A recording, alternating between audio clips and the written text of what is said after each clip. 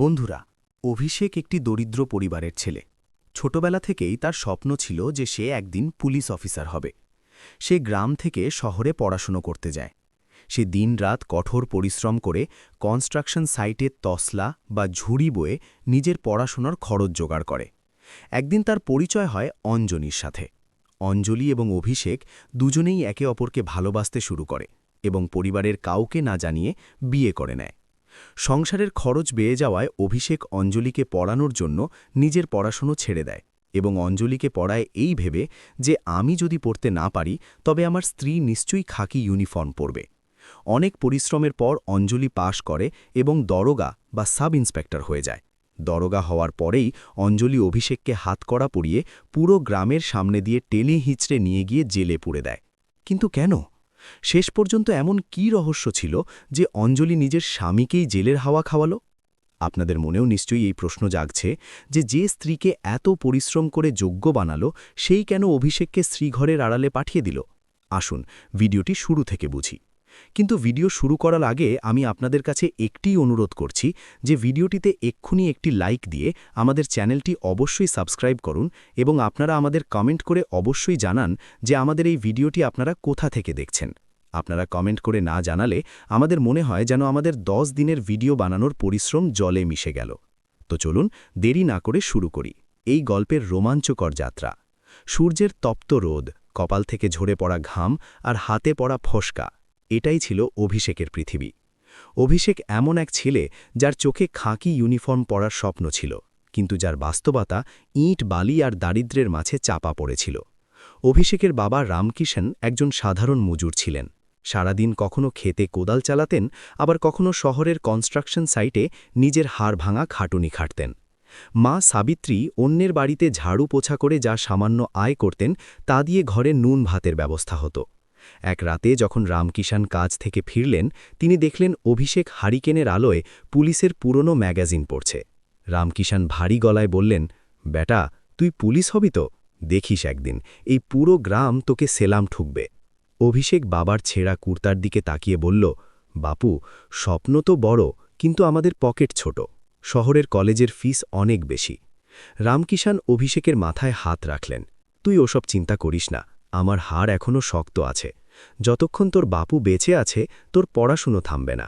রামকিষণ নিজের সামান্য জমানো পুঁজি আর ধার নিয়ে অভিষেককে শহরের কলেজে ভর্তি করে দিলেন। অভিষেক শহরে চলে এলো। শহরের চাকচিক্য তাকে প্রলুব্ধ করতে পারল না, কারণ তার প্রতি মুহূর্তে বাবার ঘামের কথা মনে থাকত।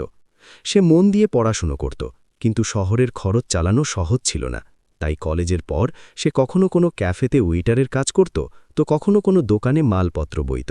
সেখানেই ওই ক্যাফেতে একদিন সন্ধ্যায় তার দেখা হলো অঞ্জনির সাথে। অঞ্জলি একটি শান্ত ও লাজুক মেয়ে ছিল। সেও ওই ক্যাফেতে কাজ খুঁজতে এসেছিল। দুজনের চোখাচোখি হল এবং দারিদ্র্যের একই রকম জীবনরেখা তাদের কোনো কথা ছাড়াই একে অপরের সাথে জুড়ে দিল। ধীরে ধীরে কথার সিলসিলা শুরু হলো। একদিন ক্যাফেতে অবসর সময়ে অঞ্জলি জানালো, অভিষেক, আমার বাবা নেই। মা অন্যের বাড়িতে কাজ করেন। আমিও সকালে বাসন মাজি আর সন্ধ্যায় কলেজে যাই। শুধু একটা আশা আছে যে কোনোদিন সরকারি চাকরি পেলে মাকে আরাম দিতে পারব। অঞ্জনির কথায় অভিষেক নিজের প্রতিচ্ছবি দেখতে পেল। দুজনের কষ্ট এক ছিল, সংগ্রাম এক ছিল এবং লক্ষ্যও এক। এই সহানুভূতি ধীরে ধীরে ভালোবাসায় বদলে গেল। তারা একে অপরের সাহারা হয়ে উঠল। যখন অভিষেকের কাছে ফিসের টাকা কম পড়ত, তখন অঞ্জলি নিজের সঞ্চয় থেকে টাকা দিয়ে দিত। আর যখন অঞ্জনির কাছে বইয়ের টাকা থাকত না, তখন অভিষেক ওভারটাইম করে নিত। সময় বয়ে গেল। দুজনেই ঠিক করল যে তারা বিয়ে করবে, কিন্তু বাড়িতে জানানোর সাহস সঞ্চয় করতে পারল না। তাদের ভয় ছিল যে দারিদ্র্য আর জাতপাতের দেওয়াল তাদের ভালোবাসাকে পিষে দেবে। তাই একদিন তারা কোর্টে গিয়ে চুপচাপ বিয়ে করে নিল। বিয়ে তো হয়ে গেল, কিন্তু দায়িত্ব পাহাড়ের মতো ভেঙে পড়ল। এখন অভিষেককে নিজের পড়াশোনা এবং নিজের স্ত্রী অঞ্জনির পড়াশোনার খরচও চালাতে হচ্ছিল। শহরের ভরভাড়া আর বইপত্রের বোঝা এত বেড়ে গেল যে অভিষেকের কোমর ভেঙে পড়ার জোগাড় হল। সে রাতভর জেগে গার্ডের চাকরি করত আর দিনে কলেজে যেত। তার চোখের নিচে কালি পড়ে গেল, শরীর শুকিয়ে কাঠ হয়ে গেল। একদিন কাজ থেকে ফিরে তার মাথা ঘুরে গেল। অঞ্জলি আতঙ্কিত হয়ে বলল, অভিষেক, তুমি কি নিজের প্রাণ নেবে নাকি? এত কাজ করো না। অভিষেক ম্লান হেসে বলল, অঞ্জলি, আমি যদি কাজ না করি তবে আমাদের দুজনের স্বপ্ন কিভাবে পূরণ হবে? আমাদের হার মানলে চলবে না। কিন্তু বাস্তবতা আবেগের চেয়েও নিষ্ঠুর হয়। পরের সপ্তাহেই অভিষেকের মায়ের শরীর খারাপ হয়ে গেল। গ্রাম থেকে খবর এলো যে মা আর ঘরের কাজ করতে পারছেন না এবং বাপু একা সব সামলাতে পারছেন না। অভিষেক পুরোপুরি ভেঙে পড়ল।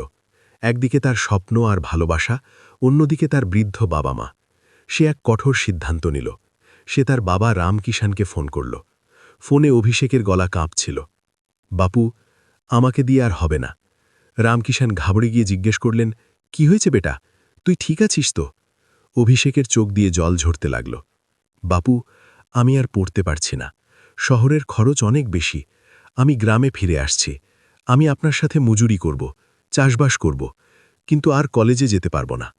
রামকিষাণ ফোনের ওপাশে স্তব্ধ হয়ে গেলেন। একজন বাবার স্বপ্ন ভেঙে যাচ্ছিল। তিনি অনেক বোঝালেন, বেটা, আর একটু সাহস কর, আমি আরও পরিশ্রম করব। কিন্তু অভিষেক জেদ ধরল, না বাপু, মা একা, আমাকে ফিরতেই হবে। অভিষেক ফোন কেটে দিল এবং অঞ্জলির দিকে তাকাল। অঞ্জলি কাঁদছিল। অভিষেক তার চোখের জল মুছিয়ে দিয়ে বলল, আমার স্বপ্ন ভেঙে যাক অঞ্জলি, কিন্তু তোমার স্বপ্ন আমি ভাঙতে দেব না। চলো, আমরা গ্রামে ফিরে যাই। অভিষেক জানত না যে তার এই ত্যাগ ভবিষ্যতে তার জন্য এমন এক যন্ত্রণার কারণ হবে যার ব্যাখ্যা তাকে সারা জীবন সইতে হবে। সে নিজের সব কিছু গুছিয়ে নিয়ে তার নতুন ঘরণী আর অপূর্ণ স্বপ্ন নিয়ে গ্রামের পথে রওনা হল।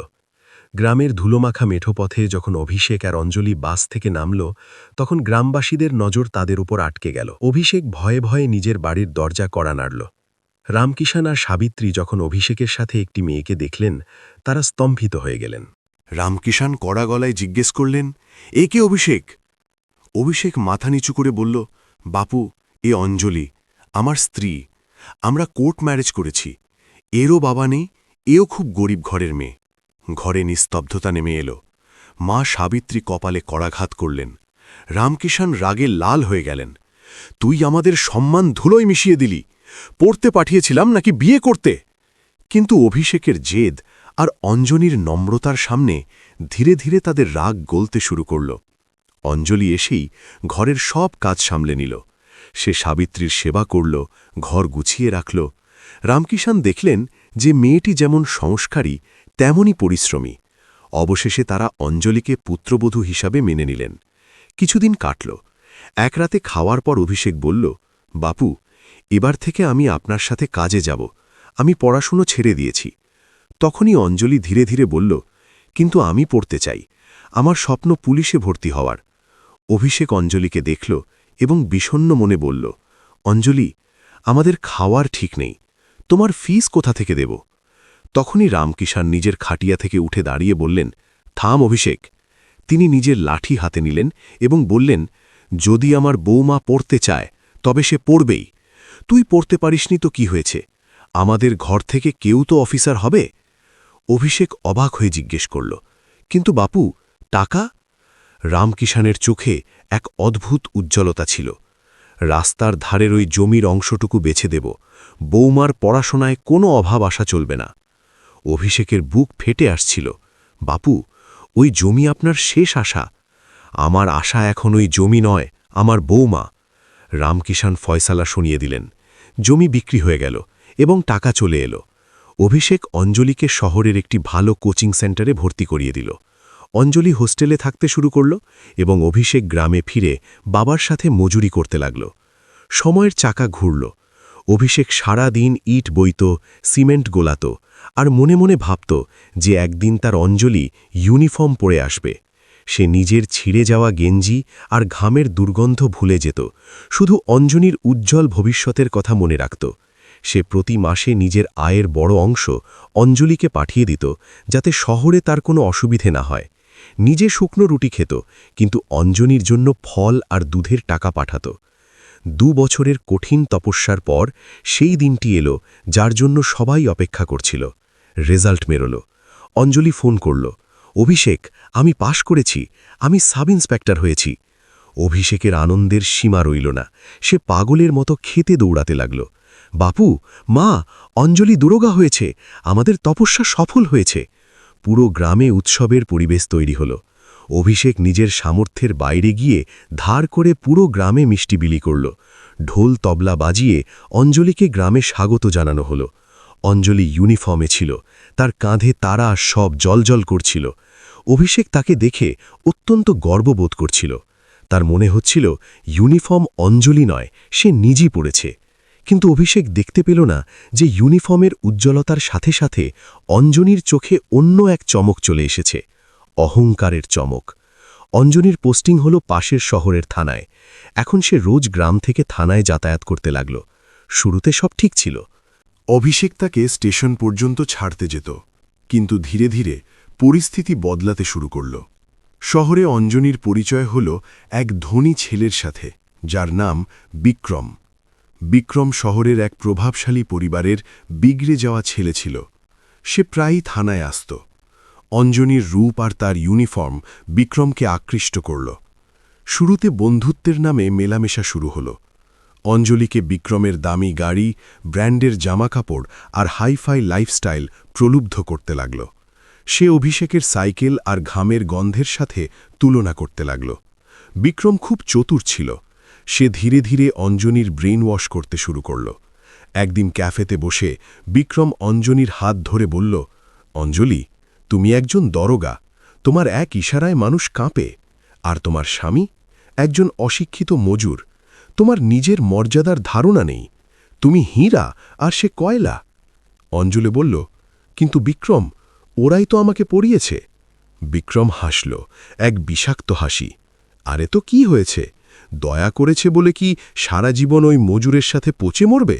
লোকে কি বলবে? ম্যাডাম স্যারের স্বামী জনমজুরি করে? তোমার নিজের ক্লাস দেখা উচিত। বিক্রমের এই কথাগুলো ধীরে ধীরে অঞ্জনির মাথায় বিষের মতো মিশে গেল।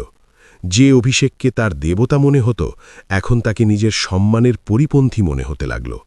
বাড়ি ফিরে যখন অভিষেক ভালোবেসে জিজ্ঞেস করল, আজকের দিনটা কেমন কাটল, তখন অঞ্জলি বিরক্ত হয়ে জবাব দিল, সরো এখান থেকে, তোমার শরীর থেকে ঘামের গন্ধ বেরোচ্ছে। অভিষেক স্তম্ভিত হয়ে গেল। সে ভাবল হয়তো কাজের চাপ হবে, কিন্তু সে জানত না যে এটা তো শুধু শুরু ছিল। তার পায়ের তলা থেকে জমি সরতে ছিল, এবং সেই জমি অন্য কেউ নয়, বরং সেই সরিয়েছিল যাকে সে নিজের সবটুকু দিয়ে যোগ্য বানিয়েছিল। অঞ্জনির ব্যবহার এখন দিন দিন বদলে যেতে লাগল। সে বাড়ি দেরিতে ফিরত এবং অভিষেকের কোনো প্রশ্নের উত্তর দেওয়া নিজের অপমান মনে করত। বিক্রমের প্রভাব তার উপর পুরোপুরি চেপে বসেছিল। সে অভিষেককে এখন স্বামী নয়, বরং নিজের জীবনের এক কলঙ্ক মনে করতে লাগল। এক সন্ধ্যায় অভিষেক বাড়ির বাইরের দাওয়ায় বসে অঞ্জনির জন্য অপেক্ষা করছিল। অঞ্জলি বিক্রমের গাড়ি থেকে নামল। অভিষেক এটা দেখে ফেলল। অঞ্জলি ভেতরে এলে অভিষেক নিচু স্বরে জিজ্ঞেস করল, অঞ্জলি, ওই গাড়ির লোকটা কে ছিল? তুমি রোজ কেন ওর সাথে আসো? গ্রামবাসীরা আজেবাজে কথা বলছে। অঞ্জলি হঠাৎই ফেটে পড়ল।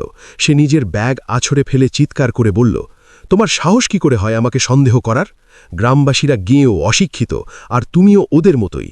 আমার নিজের একটা লাইফ আছে, স্ট্যাটাস আছে। আমাকে কার সাথে আসতে হবে সেটা তোমার কাছে জিজ্ঞেস করার প্রয়োজন নেই। অভিষেক বোঝানোর চেষ্টা করল, অঞ্জলি, আমি সন্দেহ করছি না, শুধু বলছি আমরা সাধারণ মানুষ। অঞ্জলি অভিষেকের কথা মাঝপথে থামিয়ে আঙুল উঁচিয়ে বলল, তুমি সাধারণ হতে পারো, আমি একজন পুলিশ অফিসার, আর তুমি কি? এক পয়সার মজুর, আমার দয়ায় বেঁচে থাকা কুকুর তুমি। যদি আমার মাইনে না আসে তবে তোমার ঘরে উনুনও জ্বলবে না। কুকুর আর নিষ্কর্মার মতো শব্দগুলো অভিষেকের কানে তপ্ত সিসার মতো বিঁধল। এ সেই অঞ্জলি ছিল যার জন্য সে নিজের পড়াশোনা ছেড়েছিল, যার জন্য তার বাবা পৈতৃক জমি বেচে দিয়েছিল। অভিষেকের চোখে জল চলে এলো, কিন্তু সে চুপ রইল। সে তখনও সম্পর্কটা বাঁচাতে চাইছিল, কিন্তু অঞ্জলি তখন সিদ্ধান্ত নিয়ে ফেলেছিল। তাকে বিক্রমের দুনিয়ায় যেতে হবে, এবং অভিষেক তার পথের কাঁটা ছিল। বিক্রম তাকে এক ভয়াবহ পরামর্শ দিয়েছিল। অঞ্জলি, যদি এই মজুরের হাত থেকে নিষ্কৃতি পেতে চাও, তবে ওকে আইনের জালে ফাঁসিয়ে দাও। তুমি পুলিশ অফিসার, আইন তোমার পকেটে। পরের দিন অঞ্জলি তাই করল যা অভিষেক স্বপ্নেও কল্পনা করতে পারেনি। সে নিজের থানায় নয়, বরং পাশের গ্রামের থানায় গিয়ে নিজের স্বামী ও শ্বশুরবাড়ির বিরুদ্ধে এফআইআর দায়ের করল। অভিযোগ ছিল অত্যন্ত গুরুতর। সে লেখাল যে অভিষেক এবং তার বৃদ্ধ বাবা মা তাকে যৌতুকের জন্য নির্যাতন করে। সে লেখাল, আমার কাছে 1 লাখ টাকা আর একটি গাড়ির জন্য রোজ মারধর করা হয়। আমি দরোগা হলেও ঘরের চার দেওয়ালে আমি এক অসহায় নারী। সন্ধ্যায় যখন পুলিশের জিপ অভিষেকের বাড়ির সামনে থামল, পুরো গ্রাম জড়ো হয়ে গেল। পুলিশ কনস্টেবল অভিষেকের বৃদ্ধ বাবা রামকিষানের কলার ধরল। লজ্জা করে না? বৌমাকে যৌতুকের জন্য কষ্ট দাও? অভিষেক চিৎকার করে উঠল, স্যার, এটা মিথ্যে কথা। আমরা তো নিজেদের জমি বেচে ওকে পুড়িয়েছি। আমরা কেন যৌতুক চাইব? চুপ কর। পুলিশ কনস্টেবল অভিষেককে এক জোরালো চড় মারল। দরোগা ম্যাডাম মিথ্যে বলছেন আর তুমি সত্যি বলছ? চলো থানায়। গ্রামে কানাকানি শুরু হলো। যারা গতকাল পর্যন্ত অঞ্জনীর প্রশংসা করত, আজ তারা অভিষেকের পরিবারের ওপর থুতু দিচ্ছিল। আরে দেখেছ, ওপর থেকে কত সাধু সাজত এই পরিবার, ভেতর থেকে কত লোভী বেরোল। কিছু মহিলা বলছিল, সেজন্যই বলে মেয়েদের বেশি মাথায় তুলতে নেই, এখন দেখো বেচারি বউটাকে কেমন জ্বালিয়েছে। কিন্তু কিছু বয়োজ্যেষ্ঠ যারা রামকিষানকে জানতেন, তারা থতমত খেয়ে গেলেন। তারা জানতেন যে রামকিষান জমি বেচেছিলেন, কিন্তু পুলিশের ইউনিফর্মের ভয়ে কেউ এগিয়ে এলেন না। অভিষেক আর তার বাবাকে থানায় নিয়ে যাওয়া হলো। সারা রাত তাদের লকআপে রাখা হলো। অভিষেক দেওয়ালের কোণে বসে কাঁদতে লাগল। তার মারের ব্যথা ছিল না, ব্যথা ছিল এই কারণে যে এসব অঞ্জলি করাচ্ছিল। মামলা কোর্টে পৌঁছাল। অঞ্জলি খুব ধূর্ততার সাথে নিজের কেস তৈরি করেছিল। সে নিজের চোটের মিথ্যে মেডিকেল সার্টিফিকেট বানিয়ে নিয়েছিল। বিক্রম এক বড় উকিল নিয়োগ করেছিল। অভিষেকের কাছে না উকিল ধরার টাকা ছিল, না কোনো সুপারিশ। সে সরকারি উকিলের ভরসায় ছিল। শুনানির দিন অভিষেক কাঠঘড়ায় দাঁড়িয়েছিল। তার অবস্থা ভিখারির মতো হয়ে গিয়েছিল। সামনে অঞ্জলি দাঁড়িয়েছিল, ইউনিফর্মে নয়, বরং এক সাধারণ শাড়িতে, যাতে বিচারকের সহানুভূতি পাওয়া যায়। বিচারক জিজ্ঞেস করলেন, অভিষেক, তোমার বিরুদ্ধে অভিযোগ যে তুমি তোমার স্ত্রীর কাছে 1 লাখ টাকা এবং গাড়ি দাবি করেছ। এটা কি সত্যি? অভিষেক ধরা গলায় বলল, ধর্মাবতার, আমি তো একজন মজুর, আমার সাইকেল কেনার ক্ষমতা নেই, আমি গাড়ি কিভাবে চাইব? আমি নিজের পড়াশুনো ছেড়ে মজুরি করেছি যাতে এ পড়তে পারে। আমার বাপু নিজের শেষ জমিটুকু বেচে দিয়েছে এর ফিস ভরার জন্য। আমরা তো নিজেরাই ঋণে ডুবে আছি স্যার। তখনই অঞ্জনীর উকিল বাধা দিয়ে বললেন, ধর্মাবতার, এই লোকটা মিথ্যে বলছে, ও একটা নিষ্কর্মা, কোনো কাজ করে না। আমার ক্লায়েন্ট অঞ্জলি নিজের পরিশ্রম আর যোগ্যতায় দরোগা হয়েছে। এরা অঞ্জনীর পড়াশোনায় 1 পয়সাও দেয়নি, উল্টো অঞ্জনীর বেতন ছিনিয়ে নেবার জন্য এরা তাকে মারধর করে। অঞ্জলি কাঠঘড়ায় এসে কুম্ভীরাশ্রু বিসর্জন দিয়ে বলল, ধর্মাবতার, আমি খুব গরিব ঘর থেকে এসেছিলাম। আমি রাত জেগে পড়াশোনা করেছি। এই লোকগুলো আমাকে কখনো সাপোর্ট করেনি। বিয়ের পর তো এরা আমাকে পরিচারিকা বানিয়ে রেখেছিল। এখন এরা আমার উন্নতিতে হিংসে করে। অঞ্জনীর মিথ্যে এত নিখুঁতভাবে বলা হয়েছিল যে কোর্টরুমে নিস্তব্ধতা ছেয়ে গেল। অভিষেক অসহায়ভাবে চেয়ে দেখছিল। তার মনে হল আজ সত্যি হেরে যাবে। আজ টাকা আর ক্ষমতার জয় হবে। বিচারক ফাইল বন্ধ করতে যাচ্ছিলেন। তিনি রায় ঘোষণা করবেন। অভিষেক চোখ বন্ধ করে নিল। তখনই কোর্টের বাইরে এক বিশাল হট্টগোল শোনা গেল।